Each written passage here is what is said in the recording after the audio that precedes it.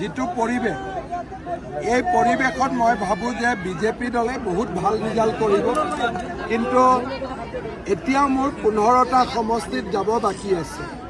কালিৰ পৰা আৰু 3 দিন আছে, 20 তাৰিখলৈকে ডেইলি 5টা মিটিং আছে, তেতিয়া গম পাম ফাইনেল ৰিজাল্ট কি হ'ব। কিন্তু যোৱাবাৰতকৈ বহুত ভাল হ'ব। দেখা গৈছে কালি দীপন বৰা এফচি সভাপতিয়ে কৈছে যে বিটিআৰৰ ষ্টাৰিংটো আঞ্চলিক দলৰ ওপৰত থাকিব লাগে আৰু যিসকলে বড় চুক্তি কৰিছে চুক্তি শেষৰকাৰী দলত থাকিব লাগে। চাওক, দীপেন বড়ো বা আপচুৱে UPPLক ছাপোৰ্ট কৰিছে।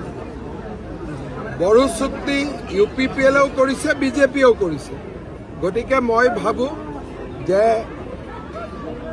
বিজেপিকো অলপ সমৰ্থন কৰিব লাগে। দেখা গৈছে SIR সময়ত প্ৰযোজ্য হ'ব।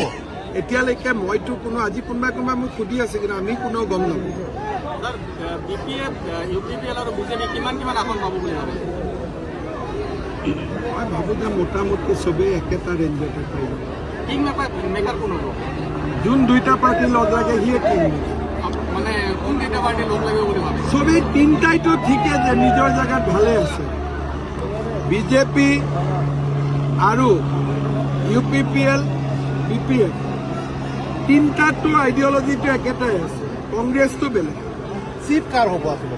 আপুনি যিহেতু কৈছে চিফটো মই জাৰ্নেলিষ্টৰ পৰা এইবাৰ প্ৰিফাৰ কৰি আছোঁ এজনক, কাৰণ জাৰ্নেলিষ্টবিলাকৰ ইমান চিন্তা চিফক লৈ। গতিকে সেইকাৰণে মই ভাবি আছোঁ চিফজন কোনোবা এজন জাৰ্নেলিষ্টকে ভাবিব লাগিব। তাৰমানে আপোনালোকৰ নেতা বিশ্বজিৎ দৈমাৰী ইতিমধ্যে চিফ হোৱাৰ কাৰণে কিন্তু এক প্ৰকাৰে সংবাদ মাধ্যমক কৈছে, সেইকাৰণে কৈছোঁ। হাগ্ৰামা মহিলাৰীয়েও চিফ হ'ম বুলি কৈছে, প্ৰমোদ বড়োও কৈছে, বিশ্বজিৎ দৈমাৰীটো মই শুনা নাই, কিন্তু আপোনালোকে শুনা বুলি কৈছে। তিনিটা জেগাত এজন জাৰ্নেলিষ্টক দি দিলে লেঠা মৰি গ'ল।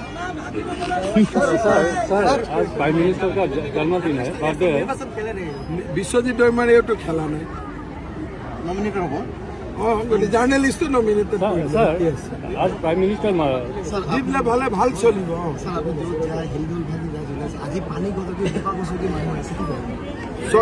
বিশ্বকৰ্মা পূজাৰ দিনাখনো বিজেপিৰ মিটিঙত ইমান ৰাইজ ওলাইছে।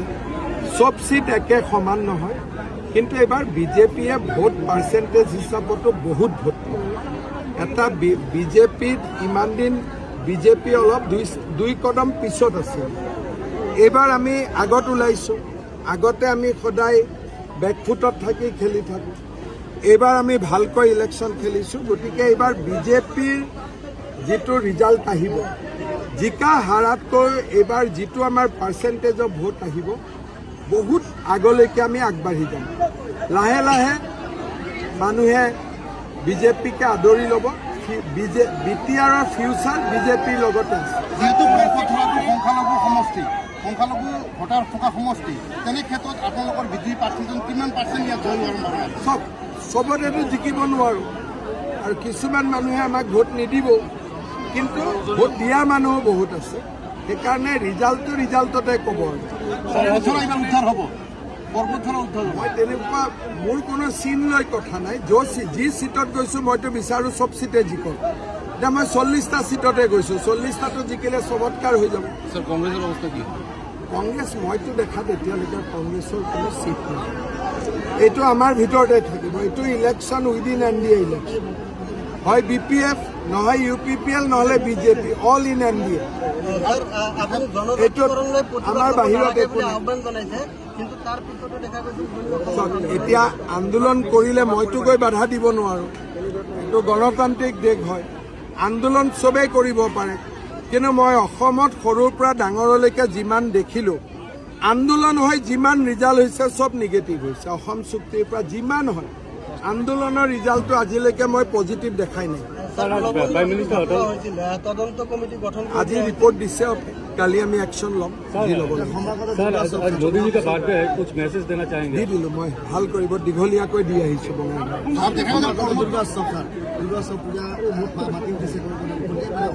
পূজা এইবাৰ ভাল কৰি হ'ব, শান্তি শৃংখলা ধুনীয়াকৈ হ'ব। আপুনি যিহেতু কৈছে যে BTRৰ গাড়ীখন আপোনালোকে চলাব, কিন্তু প্ৰমোদ বড়ো ডাঙৰীয়ে কৈছে যে তেখেতসকলে দিল্লী গুৱাহাটীৰ গাড়ী চলাই আছে, BTRৰ গাড়ীখন আমি চলাব। এতিয়া প্ৰমোদ বড়োৱে কি কয় তাৰ মই উত্তৰ দিম, হাগ্ৰামা মহিলাৰীয়ে যিটো ক'ব সেইটো মই উত্তৰ দিম।